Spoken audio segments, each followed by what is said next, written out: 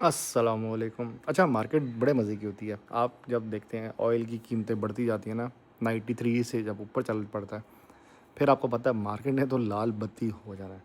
आपको एक परेशानी लग जाती है, अब हम क्या करें, क्या करना चाहिए हमें? तो मैं हमेशा एक प्यारी चीज़ समझाता हूँ कि जिधर छोटा-मोटा प्रॉफ़िट नज़र आए उसको ले लिया करो, उसकी स्क्रीनशॉट ना लिया करो, उसको बुक कर लिया करो। लेकिन आप लोगों को वो लॉन्ग टर्म जो है ना, वो बहुत तंग करता है कि नहीं जी लॉन्ग टर्म रखें, ये स्टॉक्स रखने चाहिए। मैं आपको एक चीज़ बताता हूँ, ये जो माल आप रख रहे हैं ना इसके अंदर, इसको जब तक आप रोटेट नहीं करेंगे ना, तो आपको कोई फ़ायदा नहीं होना स्टॉक मार्केट में। वो जो पानी है ना, खड़ा पानी जो होता है वो ख़राब हो जाता है। पानी जब चल रहा होता है तो वो अच्छा रहता है। तो पैसों को फ्लक्चुएट करें, रोटेट करें, मतलब जो प्रॉफ़िट मिले उसको ले लें। अब यहाँ पे दूसरा सवाल ये आता है कि जो स्टॉक अब गिर गया उसका क्या करें? उसके 2 ऑप्शंस होते हैं। अब वो लोअर लॉक्स की तरफ चल पड़ा है तो रुक जाओ, उसको होने दो लोअर लॉक्स।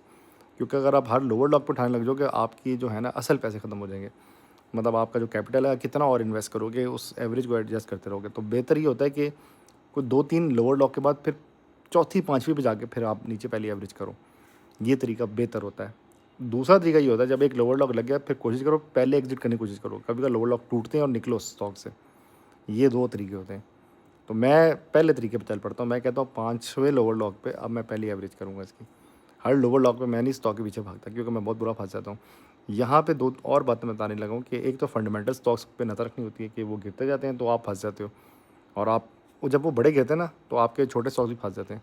जब इस तरह का सीन होता है तो सट्टे आइटम चलते हैं। अब यहाँ पे वो सवाल आ जाता है कि जी हम ना साफ-सुथरे लोग हैं, हम ये चुटकुले और ये सट्टे आइटम्स में नहीं खेलते। लेकिन मैं हमेशा कहता हूँ कि आपको अगर मार्केट के अंदर खेलना है तो आपको ये सट्टे आइटम्स में भी पैसे रखने पड़ेंगे, ताकि आप किसी तरह कहीं न कहीं प्रॉफ़िट लेते रहें। आपको यही पढ़ाया जाता है किताबों में, नहीं फंडामेंटल्स में रहो, फंडामेंटल्स की फंडामेंटल हो जाता है ये फिर मेंटल हो जाते हैं भई, बहुत गिरते हैं ये। तो बेहतर ये होता है कि आप स्मार्टली इस तरह प्ले करो कि आपके कुछ पैसे इन स्टॉक्स में होने चाहिए जिनमें गेम चल रही होती है, जिसमें प्लेयर एक्टिव होता है, वो अपना माल निकाल रहा होता है, तो आप भी छोटा-सा झूला लेके आ जाओ, लेकिन ट्रेलिंग स्टॉप लॉस के साथ। अब ये ट्रेलिंग स्टॉप लॉस के लिए आप यूट्यूब पे देखें, बहुत वीडियोज़ हैं, जिसमें बताया होता है कि आपने अब एक स्टॉक में मतलब एक लगा लिया कि इसने यहाँ से यहाँ जाना है, तो आपने सेल करना है उसको अपर कैप पे। पूरा ना करो या अगले वाले अपर कैप में कर देना। कभी-कभार ये होता है कि जब वो अपर कैप से इतने मार चुका था, फिर वो लोअर लॉक की तरफ चल पड़ता है, तो फिर आपका पैसा फिर फँस जाता है। तो इसलिए कोशिश करो भाई प्रॉफ़िट लेते रहो। ये होता है क्विक ट्रेड, अंदर जाओ, निकलो।